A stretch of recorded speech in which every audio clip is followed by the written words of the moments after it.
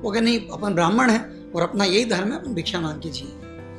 वो तीनों भिक्षांदेही भिक्षांदेही। अब वो क्या, वो तो हर घर में उनका बहुत विरोध होता है। लोग कुछ थोड़े भले भी लोग होते हैं जो उनको कुछ कभी कभार दे देते हैं खाने पीने को, तो तीनों का चलता रहता है।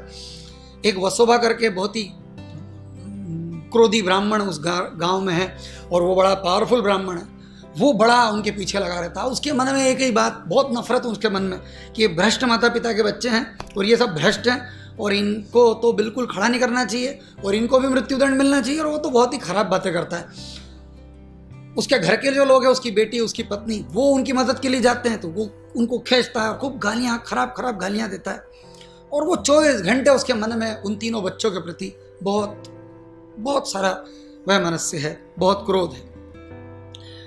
अभी थोड़े समय बाद निवृत्ति आ जाती है। निवृत्ति की साधना पूरी होती है, निवृत्ति आ जाते हैं, योगी निवृत्तिनाथ हो जाते हैं। ये आते हैं, ये तीनों भाई बहन से मिलते हैं। भाई बहन बहुत खुश होते हैं, चारों गले लगते हैं। तो वो कहते हैं कि ज्ञानदेव कहते हैं कि हम आपकी प्रतीक्षा कर रहे थे, अभी क्या है, ये पत्र माँ बाप छोड़ गए हैं। तो वो निवृत्ति पढ़ते तो कहते हैं ठीक बात है, तो अपने को चलना चाहिए पैठन।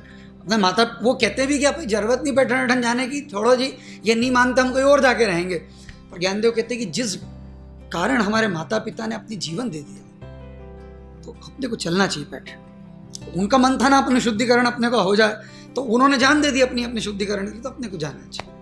तो निवृत्ति कहते हैं ठीक है चलो, तुम कहते हो तो चलें, पर क्या मानेंगे? वो बोले क्यों नहीं मानेंगे, अब जब प्रायश्चित जान ही दे दी, इसके आगे और क्या, मतलब मृत्यु दंड से आगे और कौन सा बड़ा दंड होता है, माने। चलते हैं, पैठन जाते हैं, आंधी से पैठन जाते हैं। बेचारे वहाँ खाने पीने को कुछ उनकी व्यवस्था तो है ही नहीं, मांग के खाते हैं। तो वहाँ पर उस समय ये जो भिक्षा का जो हिसाब था, वो ऐसा भिखारी नहीं मानते थे उसको ऐसा मानते थे कि जो भिक्षा मांग करके जी रहे हैं वो ब्राह्मण और योगी, इस तरह के लोग जो लगातार समाज सेवा में लगे हैं, उनके पास समय नहीं कि वो अपना व्यवसाय करके पैसा कमाएं। तो उनको लोग बड़े खुशी से अच्छा खाना खिलाते थे, बढ़िया। तो वहाँ पहुँचते हैं, पर वहाँ पैठन में भी उनको कोई मिलता नहीं, पर एक व्यक्ति उनको मिल जाता अच्छा, वो उसकी पत्नी। वो देखते छोटे छोटे चारों बच्चे हैं, तो वो अपने घर में उनको रख लेते हैं, खाना वाना खिलाते हैं। उनसे पूछते कैसे आना हुआ बेटा, कहाँ से आया? वो बताते हैं ऐसी ऐसी कहानी हमारे माँ बाप ने प्राण दे दिए। तो वो आदमी जो रहता है वो भी थोड़ा पावरफुल रहता है, कहता अरे ये तो बड़ा, तो बहुत ही ऐसा अजीब सा हुआ सब। बोले कोई नहीं बेटा, मैं तुम्हारे साथ हूँ, अपन चलते हैं पैठन के वो ब्राह्मण सभा में और तुम्हारा शुद्धिकरण के लिए मैं बात करता हूँ, चलो। चारों बच्चों को लेकर के वो जाता है। वो कहता है कि साहब ये यहाँ पर कुछ समय पहले वो आए थे इनके पिताजी, और उनको यहाँ से मृत्युदंड दिया गया, उन्होंने मृत्युदंड स्वीकार किया, वो और उनकी पत्नी दोनों मृत्यु को प्राप्त हुए, प्रायश्चित पूरा हुआ। इन बच्चों का संस्कार, तो वो कहता है, अब देखिए क्या मतलब, इसको कहते हैं क्रूरता, और क्या शब्द है इसके लिए, कोई शब्द नहीं है। वो कहता है उनका अध्यक्ष कि नहीं, ये बच्चे तो भ्रष्ट होने के बाद हुए ना। तो बोले कि हाँ ये तो ठीक बात है। तो बोले ये तो भ्रष्ट होने के बाद हुए ना ये बच्चे, ठीक, वो तो उसने संसार छोड़ दिया था, फिर वो वापस आया, फिर ये बच्चे हुए, तो ये सब तो दोषी हैं। तो कहता है महाराज आपने उसको मृत्यु दंड दे दिया, इनके पिता मर गए वो, अब तो इनका शुद्धिकरण कैसे हो सकता है? बोले इनका शुद्धिकरण नहीं हो सकता। वो कहे कि नहीं, बोले वो तो, बोले वो संभव नहीं है, ये तो भ्रष्ट ही रहेंगे, इनका ये ब्राह्मण नहीं हो सकता। अब क्या हो जाता है, इतना ज्यादा हो जाता है, अति हो जाती है, मतलब जिसके लिए हमारे पिता ने आत्महत्या कर लिया, प्राण दे दिए, उसके बाद भी हमको वो चीज न मिले तो कैसा गुस्सा आएगा। निवृत्तिनाथ कहते हैं मैं बात करूँ, बहुत हो गया। निवृत्तिनाथ कहते हैं क्या मामला क्या है, क्या चाहते क्या? बोले चाहते क्या है? बोले भ्रष्ट हो, बोले तुम निकलो यहाँ से। बोले काय का भ्रष्ट और क्या भ्रष्ट? सबके भीतर आत्मा है, तुम ब्राह्मण हो, तुम कहते हो, दुनिया को सिखाते हो, सबके भीतर एक आत्मा है, आत्मा अशुद्ध होती है, आत्मा अशुद्ध हो ही नहीं सकती।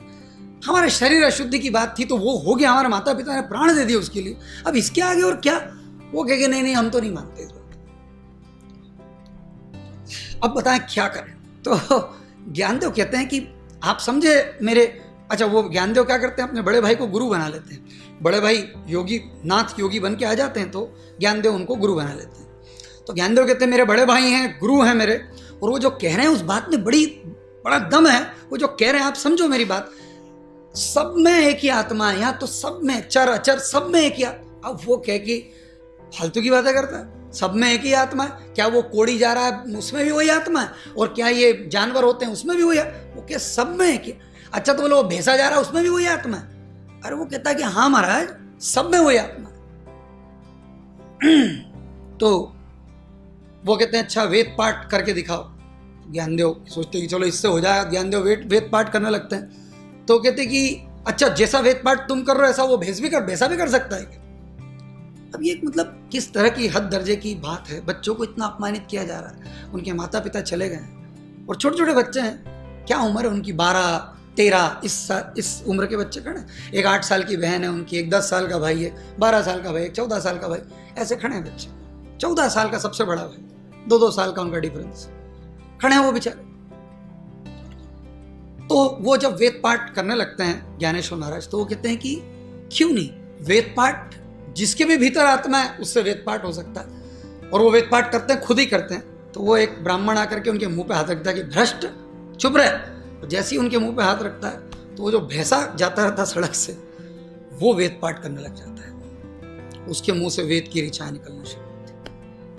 अभी वो भैंसा जब वेद पाठ करने लगता है तो ये ब्राह्मण घबरा जाते हैं, इनकी तो जमीन घसक जाती है, ये तो घबरा जाते हैं। सारे दौड़ के वो उसके पास उसको प्रणाम करते हैं, उसके पैर में गिरते हैं। वो भैंसे के वेद पाठ कर रहा है, भैंसा पैरों में गिर जाता है। फिर भैंसा चुप होता है तो इनके समझ में आता है कि अरे ये तो योगी लोग हैं, तो कुछ मामला अलग है। फिर वो उनको भी प्रणाम करते हैं, उनकी शुद्धिकरण कर देते हैं। हो गया सब, शुद्ध हो गए भाई साहब, चलो ब्राह्मण हो गए, शुद्ध हो गए।